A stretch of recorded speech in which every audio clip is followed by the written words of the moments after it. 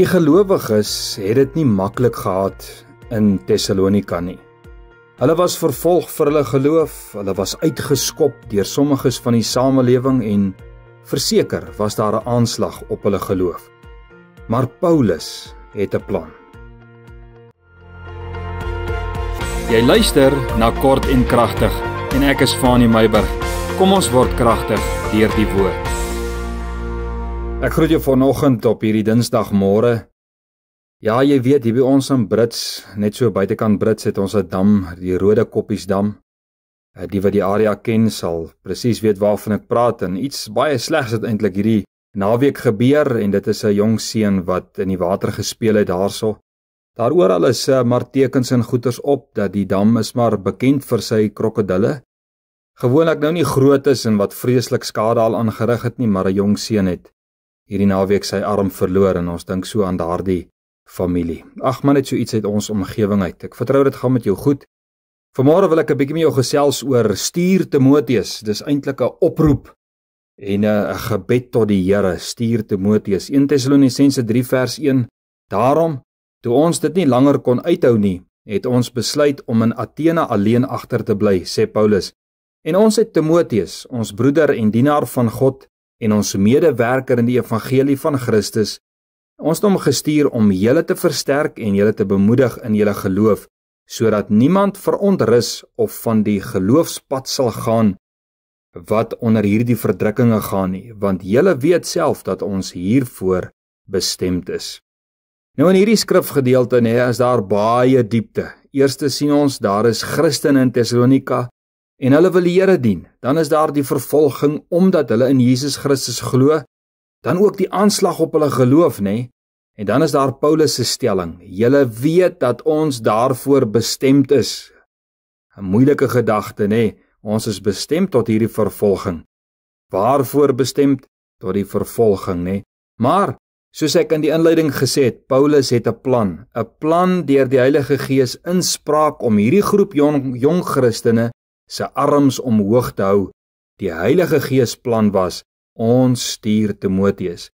Ons stuur 'n man om julle te bemoedig en te versterk in julle geloof. Kyk wat was die fokus, om julle te versterk en te bemoedig in die geloof. Jy weet wat, die sielsvyand se primêre fokus deur vervolging of watter aanslag ook al daar is gerig op jou geloof in Jesus Christus. Satan soek nie jou geld of jou huis of jou kar of jou kinders en jou vryheid en die grond en die land waaroor ons regtig beklei. Hy soek jou siel. Hy soek dat jy sal faal in jou geloof in Jesus Christus. Sy einddoel is, buig jou knie en aanbid my, soos ons gesien het in die versoeking van Jesus. So Paulus stuur Timoteus om hulle te gaan versterk en te bemoedig in die geloof. En hier is 'n belangrike sleutel, Iemand word nie na iemand gestuur, of ek bedoel iemand word na iemand gestuur om hulle geloof te gaan versterk. Hoor gou mooi wat ek vanoggend sê. Timoteus was nie gestuur om samesprekings te gaan hou met die vervolgers of die raadsvergaderinge te gaan hou oor hoe sleg die regering en die denominasie en die werk en die wat ook al is nie. Hy het gegaan om hulle kwesbare geloof, dit waaragter Satan aan is, te gaan versterk. Baie praat oor die krisis en baie praat van die krisis, bring ons nie so seer erns nie, maar 'n sterk geloof laat ons vertrou op die God wat alles kan doen en kan verander en wat ons die krag gee om alles te kan deurstaan. Weet jy wat, laat ons Timoteus wees. Mense wat mekaar rugsteun en versterk in ons geloof. Ja, ek weet ons moet beklei vir ons land, ons moet beklei vir ons geld en vir ons besittings en vir al daai tipe dinge. Maar weet jy, ons kan kerm en kla tot ons blou is. En ja, ons bespreek ons land en regering en ons elendes. Maar soos iemand altyd gesê het, ons moet ophou pity parties hou oor goed. Dis ongelowig. Dit stig nie. Dit bring eerder haat en bitterheid en moedeloosheid.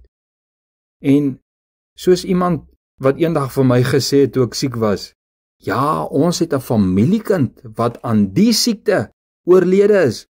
En nou wil ek ook sê, soos die Engelse ou gesê het, Lord bless her soul. Weet jy wat, laat ons balans handhaaf. verstaan die realiteit en die hartseer en die verwagting, maar kom ons bou mekaar op as mede-Christene in die geloof. So Here, vanmôre bid ons en ons vra, wek Timoteus op, wek stuurders op, wat manne identifiseer en vroue kan identifiseer om hulle te stuur, na manne en vroue wat deur intense omstandighede in hulle lewe gaan, manne en vroue wat ander kan opwek in hulle geloof. En dit bid ons in Jesus naam. Amen.